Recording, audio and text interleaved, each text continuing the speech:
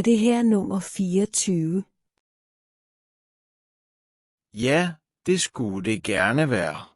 Anden sal til venstre. Perfekt. Vi er faktisk lidt tidligt på den. Det gør vel ikke noget. Skal vi gå op?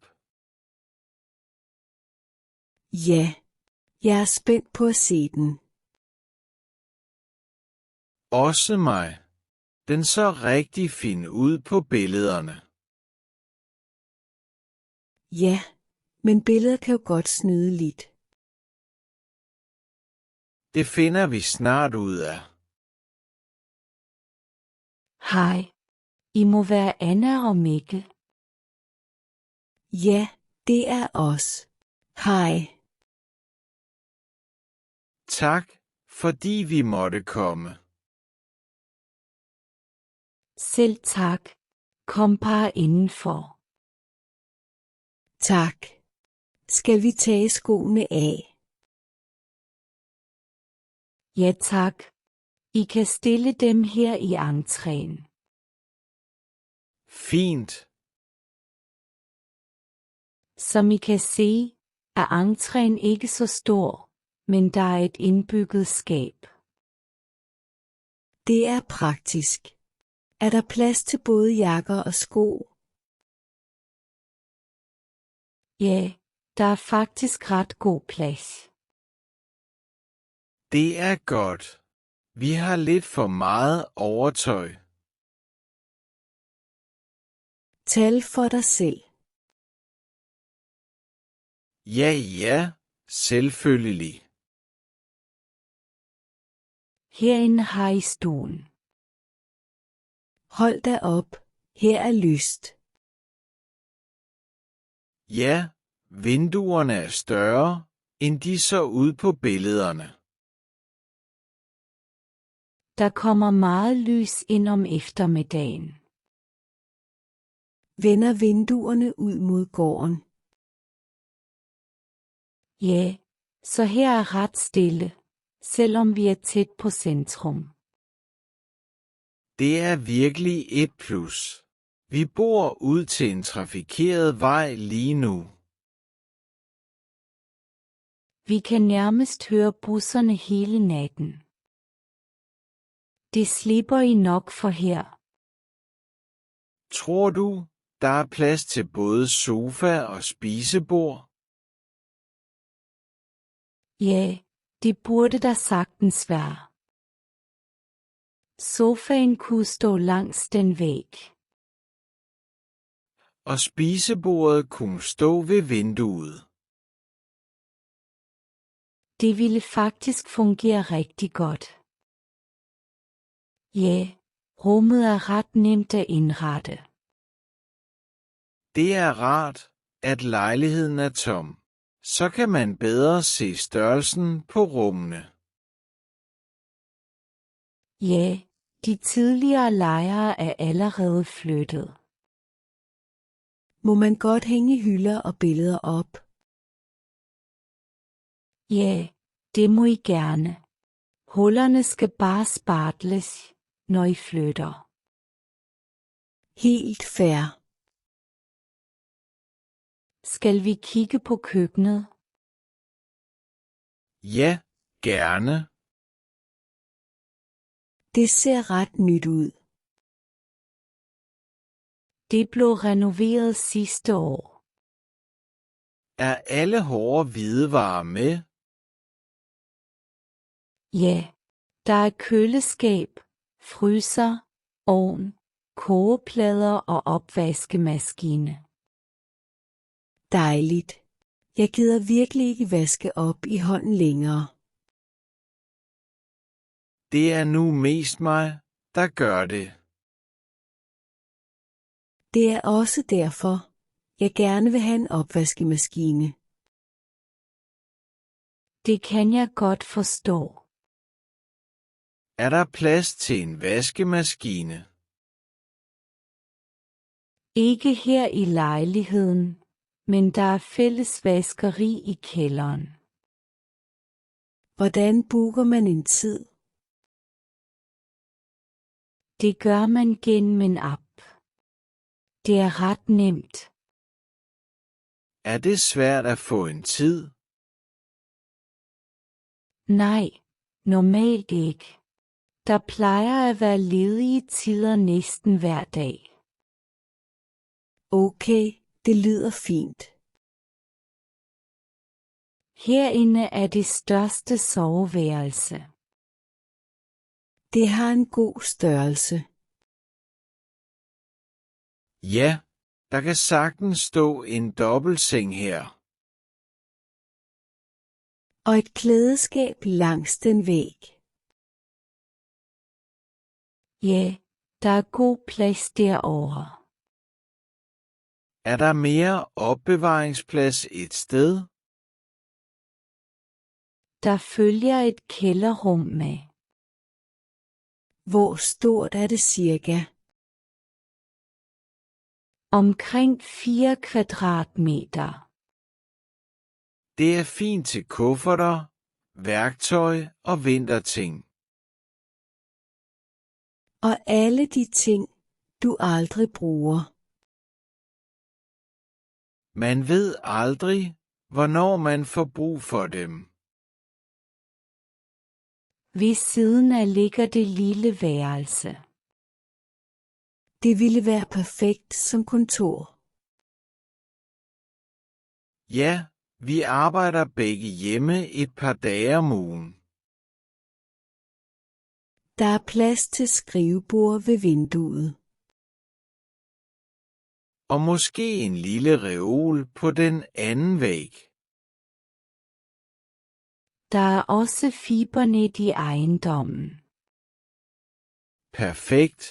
Er internet med i huslejen? Nej, det skal I selv bestille. Det er helt normalt.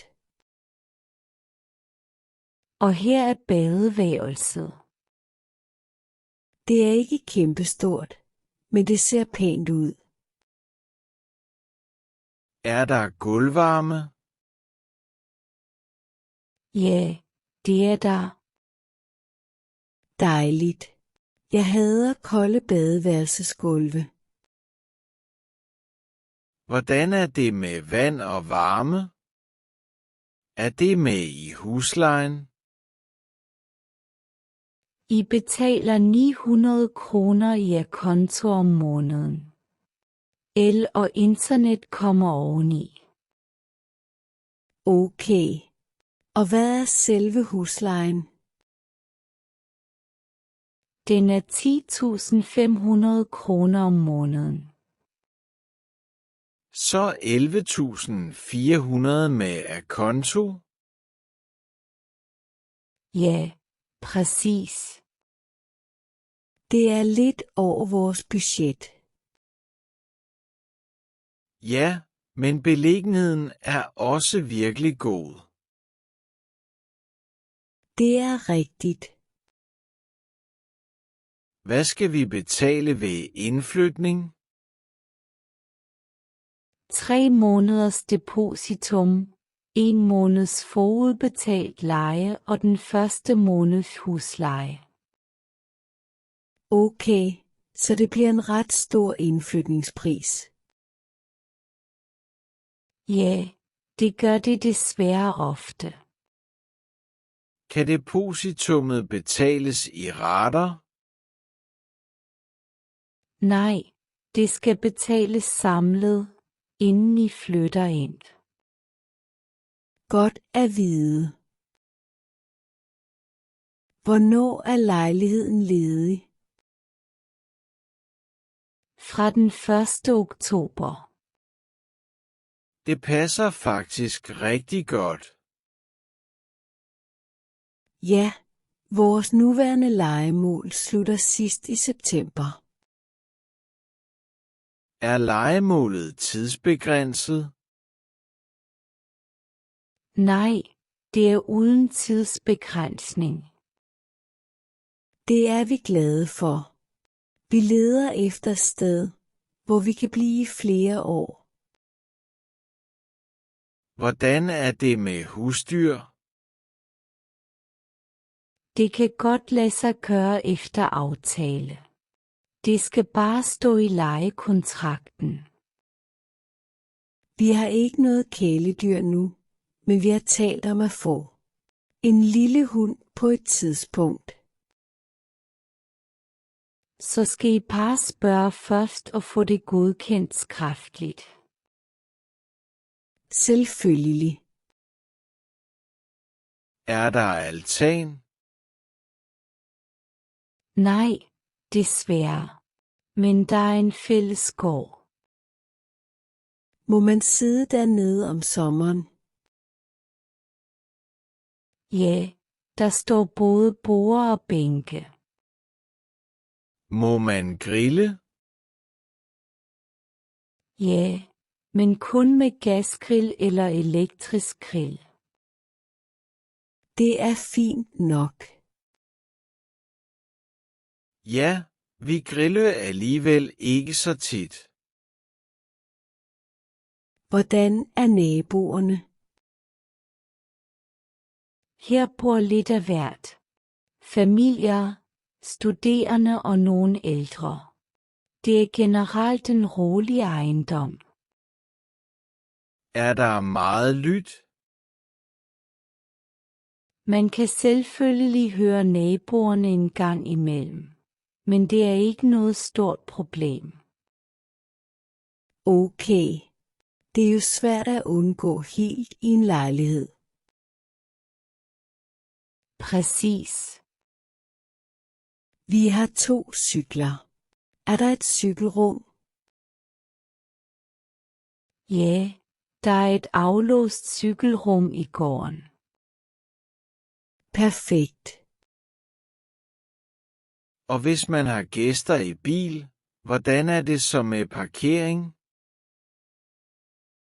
Der er parkering på gaden, men det kan godt være svært at finde en plads om aftenen.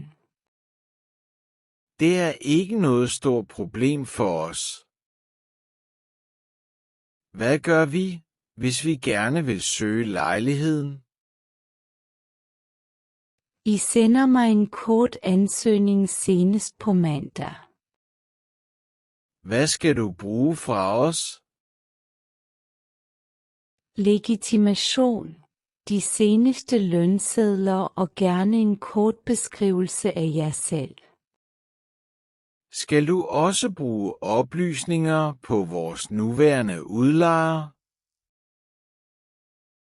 Ja, hvis det er muligt. Hvornår får vi svar? Forhåbentlig i løbet af næste uge. Er der mange andre, der skal se den? Der kommer nogle stykker mere i dag. Okay, så vi er ikke de eneste interesserede. Nej, men sådan er det jo ofte med lejligheder i det her område. Får vi lejekontrakten tilsendt, inden vi siger ja? Ja, selvfølgelig. I får god tid til at læse den igennem. Og bliver der lavet en indflytningsrapport? Ja, vi gennemgår lejligheden sammen og noterer eventuelle fejl og skader. Det lyder godt. Jeg tror faktisk, vi har været det hele igennem. Ja, jeg kan i hvert fald ikke lige komme i tanke om mere. I kan altid skrive til mig, hvis I kommer i tanke om noget senere. Det gør vi. Jeg synes virkelig godt om lejligheden. Det gør jeg også. Især stuen og det lille værelse. Jeg savner lidt en altan, men den fællesgård er også fin. I må gerne gå ned og kigge på gården, inden I går. Det vil vi gerne. Mange tak for fremvisningen. Selv tak. Det var hyggeligt at møde jer. I lige måde. Vi sender ansøgningen i morgen. Det lyder godt. Så hører I fra mig i næste uge. Perfekt. Hav en god dag. Tak. I lige måde. Farvel. Farvel.